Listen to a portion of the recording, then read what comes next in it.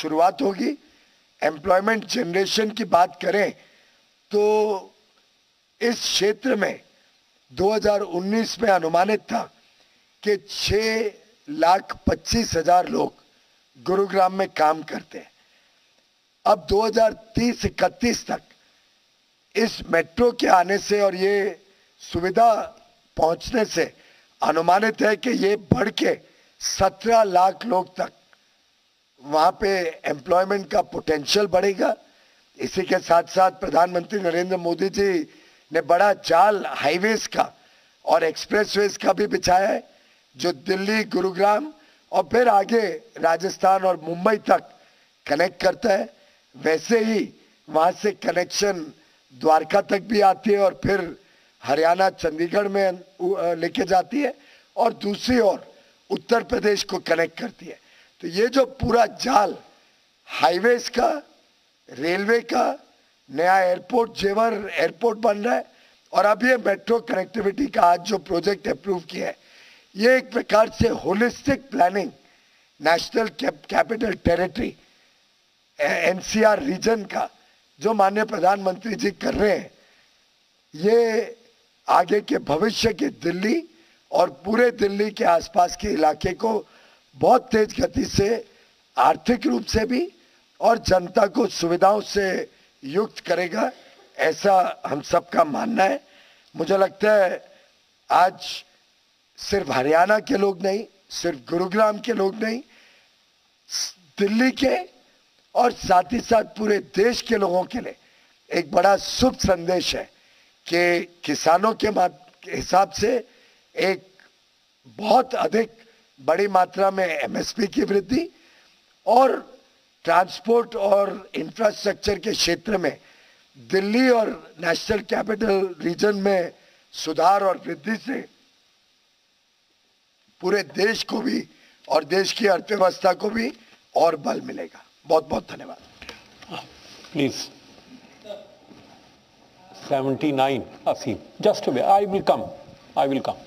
Sir, MSP बहुत ज़्यादा बढ़ा दिया गया है दालों का, 10% के आसपास आपने देखा, तो इससे इन्फ्लेशन पे कोई फर्क नहीं पड़ेगा? क्योंकि अभी भी अगर मैं बात करूं, तूर और दाल की दाल काफ़ी महंगी हो गई है, मिल नहीं रही है, आपको स्टॉक लिमिट लगानी पड़ गई है उसके ऊपर। स्वाभाविक रूप से प्रधानमंत्री नरेंद्र मोदी जी की सरकार का जो ट्रैक रिकॉर्ड आप देखेंगे तो महंगाई के ऊपर जितना जोर, जितना बल माननीय प्रधानमंत्री जी ने दिया है गत 9 वर्षों में, शायद ही भारत के इतिहास में किसी सरकार ने इतनी, मैं कह सकता हूं अर्जुन की आंख की तरह महंगाई को नियंत्रण में रखने का प्रयास पहले कभी किया हो।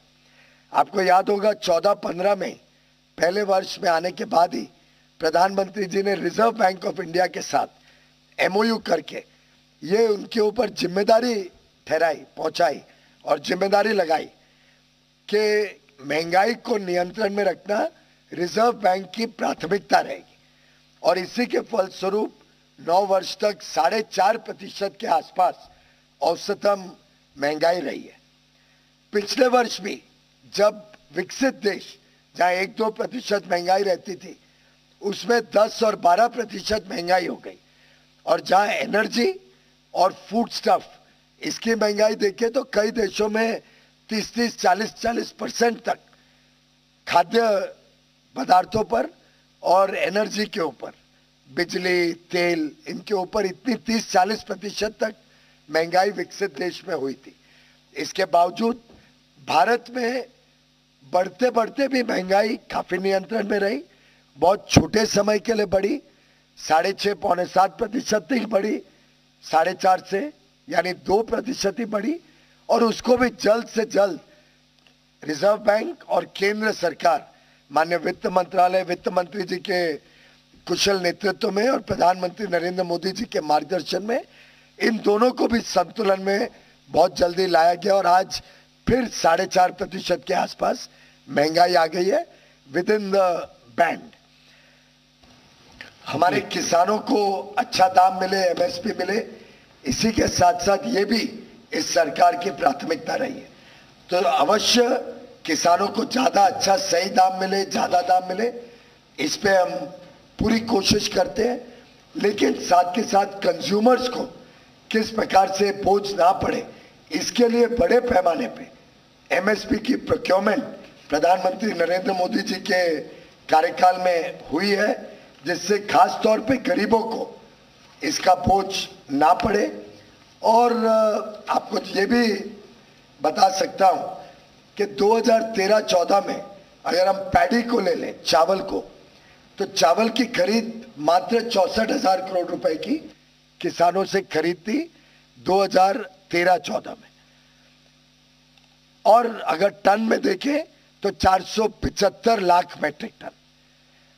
2022-23 में यह आंकड़ा 64,000 से बढ़ के 1,60,000 करोड़ रुपए हो गए, 1,60,000, यानी 2.5 गुना।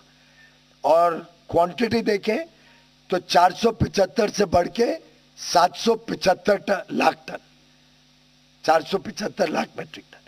गेहूं में भी लगभग यही स्थिति है, 2 गुना से अधिक वैल्यू में और लगभग 1.5 गुना क्वांटिटी में हमने गेहूं भी प्रोक्योर किए।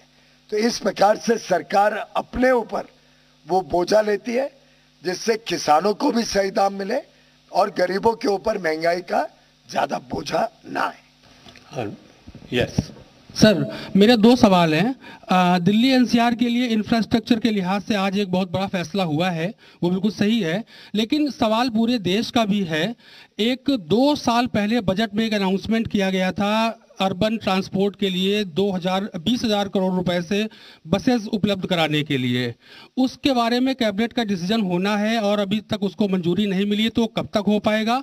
और दूसरा सवाल मेरा ये है कि जो दूसरे शहरों में अर्बन ट्रांसपोर्ट को लेके नई पॉलिसी बनाने की बात हो रही है, तो उस दिशा में सरकार क्या सोच रही है और वो पॉलिसी कब तक सामने आएगी? आज तो इस कैबिनेट के ऊपर ही डिस्कस करेंगे, उस पर आपको चाहिए तो अलग से बातचीत कर लेंगे। लेकिन हम सब जानते हैं कि आज जो pace of infrastructure development Bharat में